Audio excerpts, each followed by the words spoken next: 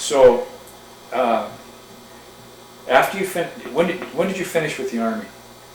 I retired in, well, 20 years, 1992.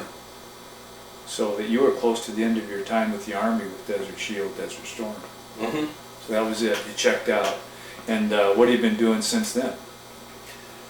Oh, I tried to get a job flying helicopters in the Gulf, but as my job with 5th Army requires, I was checking out a unit in well, one of the other states, and they do what they call additional flight training periods, AFTPs.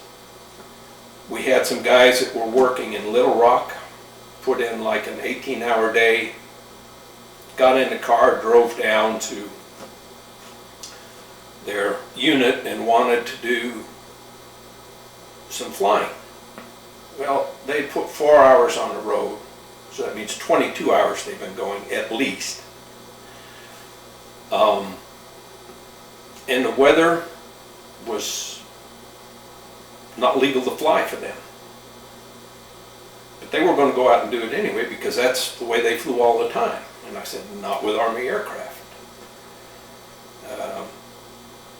Bottom line is, I told the guy I could not physically stop him from flying, but if he went, he would be facing a flight evaluation board when he got back down, and that I could guarantee the commanding general would pull his wings and notify the FAA, which would undoubtedly cost him his civilian job.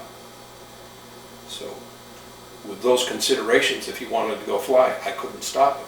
So now you were doing this as what, still working in the Army, or? Yeah, I was in the Army on active duty at the time. We have oversight. Sure. And he said, you know, you'll never get a job after you retire. All Army pilots want to come fly here. I'll make sure you never get a job down here. And I thought he was blowing wind. Company he works for was looking for pilots about a year after I retired, and they were begging for them. So I sent in my application. I thought I'd hear right back. A month went by, 2 months, 3 months, 4 months. 5 months later, I get this rejection notice from them. Thank you, but it looks like we don't need your services at this time. And I went back and I looked, and they were still begging for people. Called a friend of mine down there that ran the support facility that the reserve used. He was friends with the maintenance manager at this company, and asked him to check it out. And he checked it out and he said, yeah, looks like you really pissed off somebody in Little Rock. And he said it shouldn't happen, but he's put the word out on you. So you had to deal with that. So I had to deal with that. Yeah, I didn't get to fly. I went up to Alaska and I tried to get a job up there. Guys wanted to hire me, but we have this nice organization that comes under the Department of Interior called the Office of Aircraft Services. And apparently they are allowed to regulate aviation operations because however they define their job. But they are responsible for aviation assets, that's planes, helicopters, pilots, crews, and any contract that involves federal assets, whether it's land, people, or anything else. If the Army needs a Super King Air that they don't have, they'll contact OAS, who will contract.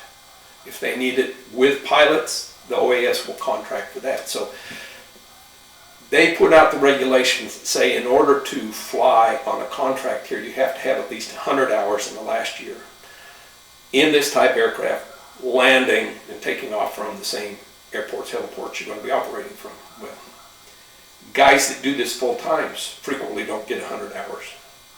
So they fudge their books to meet the requirements. But the people wouldn't hire me because I didn't have the experience in the last year. Plus, I didn't have any Alaska experience, which was hard to overcome. I could overcome the no Alaska, but I couldn't overcome the 100 hours. So I wasn't able to get the job there, and that was some lucrative flying, or would have been some lucrative flying. So I come back here, and the guy that used to be my neighbor was foreman of a construction crew, and he was in a hurt for workers, and so I gave him a hand, and I started doing construction. We paved roads, parking lots, Here in San pour Antonio. concrete here in San Antonio, yeah. Yeah. I got my commercial driver's license, and I drive the big rig hauling the equipment for them. Well, looking back over it now, you got extensive experience working through organizations, but just standing back and working with people, what do you think about smoke jumping? What did that give you? What was that in your life so far? I mean, how does it fit?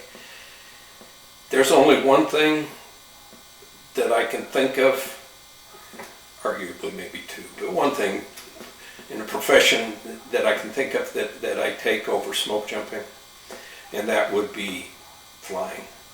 I don't mean the taxi service type where you take off, climb to altitude, cruise for an hour and a half or 3 hours or whatever, and then land. I like the flying I did in the Army. When you're looking out and looking up at the tops of trees and you're moving around down there, it's challenging. It can be dangerous if you don't pay attention, but it's fun.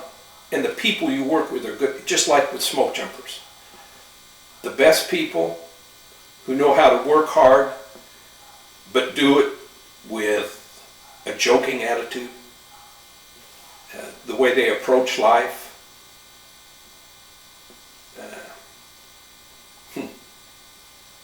The way I described Uncle Ken,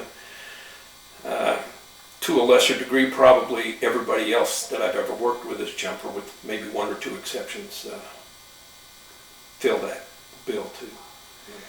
Well, you were talking about when you were Cobra pilot, you got a chance to fly from Barstow back up to Fort Riley, and you had the opportunity that very few people get to fly a Cobra Attack Helicopter up the Grand Canyon. Can you remember what that was like? Can you tell us what that was like?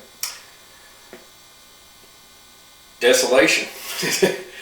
We were looking at it and we were talking back and forth, my backseater and myself, about where we'd go if we had an engine failure. You know, and that's maybe a dark way to look at it, but if you want to be a pilot, you need to say, what if? Obviously, if the rotor blades fall off, there's one option. You're going down, you're going to die. Okay? But if you lose the engine, you can auto-rotate. Thing is there any place to land? And we both pretty much agreed that if we lost an engine, we'd be going to the Colorado River. And that's kind of a spooky feeling when you know you're going in there with one out. But we wanted to see the Grand Canyon, and we wanted to see it lower than most people do when they fly over. I'd flown over it before from altitude. Looking down at it from 10,000 feet is not that spectacular. But when you fly halfway between Colorado and the rim of the Grand Canyon and you're looking at everything, it's really awesome. What time of the year was it? I think that would have been in March. Because when we landed at Grand Canyon Airport, there was still snow on the ground. There was no people on the river, just you and the river, huh? That time of the year, today you might see somebody, the guys who like to go extreme rafting. But with the water that high, a lot of times the federal authorities will close the river down and they won't let people on it because it's too dangerous. But it's beautiful to look at. That's cool. Well, thank you very much. My pleasure.